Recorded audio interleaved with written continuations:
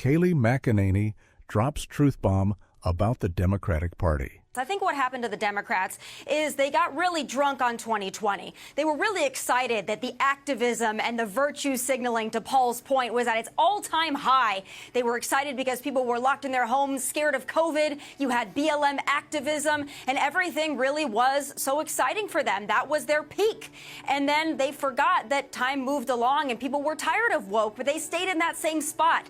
And now they're trying to figure out how to get out of it, but they don't have a leader. Kayleigh McEnany's sharp critique of the Democratic Party offers a compelling view into what she sees as its unraveling.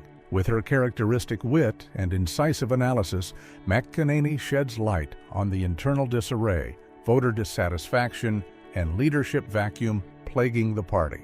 Her assessment is rooted not just in opinion, but in the observations of Democratic strategists themselves. Democratic strategists are openly conceding that their party is a total mess. Strategist Liz Smith says this, that the Democratic brand is, quote, in the toilet. That's harsh. And that the D next to their names represents the status quo. McEnany believes this admission reflects a fundamental disconnect between the party's leadership and the electorate. Voters, she explains, no longer feel represented, and focus groups have revealed this discontent in unexpected ways. The comparisons of Democrats to animals, both humorous and telling, highlight a perception of stubbornness and inaction. When asked to compare the Democratic Party to an animal, one participant compared the party to an ostrich because they've got their heads in the sand and are absolutely committed to their own ideas. Even they're failing. Another likened them to koalas who are complacent and lazy about getting policy wins that we really need. However, McEnany's analysis goes beyond surface-level critiques. She delves into historical patterns of manipulation and control within the party, drawing parallels to past administrations. For her, these tactics have eroded trust in Democratic leadership over time. I never expected it to be a peaceful transition because I have a long memory all the way back to the Obama administration. And Jesse, as you well remember, Obama in the Oval Office, when he was meeting with Trump, floated the name Mike Flynn, warned what a danger Mike Flynn was, and then it was just a few months later when President Trump came in that Andy McCabe and the FBI cornered him in an office and entrapped him. This history, McEnany suggests, is part of a broader problem within the Democratic Party, a focus on power and optics over genuine governance. She ties this critique to what she sees as a prioritization of virtue signaling and ideological purity over meaningful policy outcomes. The Democratic Party forgot that it was about the American people, and it became about their own feelings about themselves, wanting to, it became a virtue signaling spelling bee, right? They were all competing with each other to get to the left of each other, and what gets lost in that sauce is the American people. Adding to the party's woes, McEnany argues, is an evident lack of leadership. Vice President Kamala Harris's perceived absence from pivotal moments is emblematic of this issue. For McEnany, Harris's inaction during critical times has only widened the leadership gap. Even though she lost, this could have been an opportunity for Kamala Harris. If she wants a political future whatsoever, it would have been an opportunity for her to really be a leader in the remaining weeks to maybe get something done, even if it wasn't the things that I would want to get done. McEnany doesn't spare President Joe Biden from criticism either, describing his administration as lacking control and coherence. She paints a vivid picture of his foreign trips, which she characterizes as chaotic and emblematic of his presidency's shortcomings. I mean, I watched this foreign trip he just had. It was a total train wreck. He's in the back row between like Thailand and Malaysia while she is in the front smiling.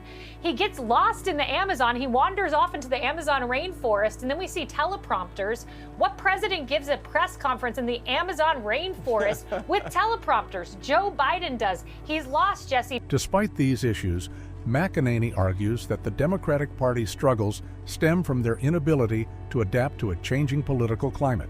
Their once effective ability to present a unified message has now become a liability. the greatest strength of Democrats, we're looking at them from the conservative side, has really been their ability to move as one, to have those uniform talking points that they all seem to dispense from the top down, and then they all fall in line. I looked at that kind of with envy, like, oh man, those guys have really got it going on. But when Hakeem Jeffries keeps saying stuff like extreme MAGA Republicans, no, you have to respond to the realities on the ground. You have to be agile Democratic parties, because all of this moving as one, uniform talking points, they're not working anymore. McEnany concludes by highlighting how these problems leave the party vulnerable during transitions of power. She warns of the potential for political missteps and chaos in the absence of strong, coherent leadership. There are still traps to be laid. I mean, this is just the beginning of this lame duck session. You have all the way into, I believe, what is it, the 20th of January. You could have FBI getting involved. You could have NSA. You could have more leaks. You could have lawsuits. There could be a number of grenades that they can throw at this transition that we haven't even prepared for. Kayleigh McEnany's critique of the Democratic Party paints a vivid picture of an organization grappling with internal conflict and external pressures. She identifies a combination of voter disillusionment, ideological fragmentation, and historical examples of manipulation as contributing factors to a party that seems increasingly out of sync with its traditional base. From failing to resonate with the working class to struggling with leadership gaps, McEnany portrays a Democratic Party at a critical juncture. Her analysis underscores the importance of adaptability in a rapidly changing political landscape.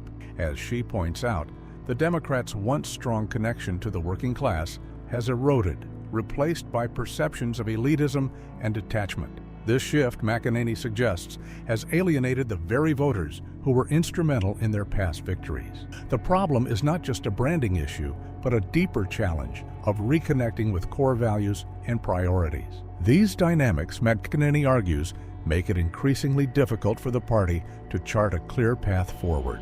Without strong, relatable leadership, the Democrats risk falling further into internal discord and losing relevance among key voter blocs. Her observations serve as a reminder that politics is not only about policies, but also about understanding and addressing the needs of everyday people. As she notes, Democrats, another said, are not a friend of the working class anymore. The question remains, can the Democratic Party rediscover its purpose and leadership, or are these issues too deeply rooted to resolve?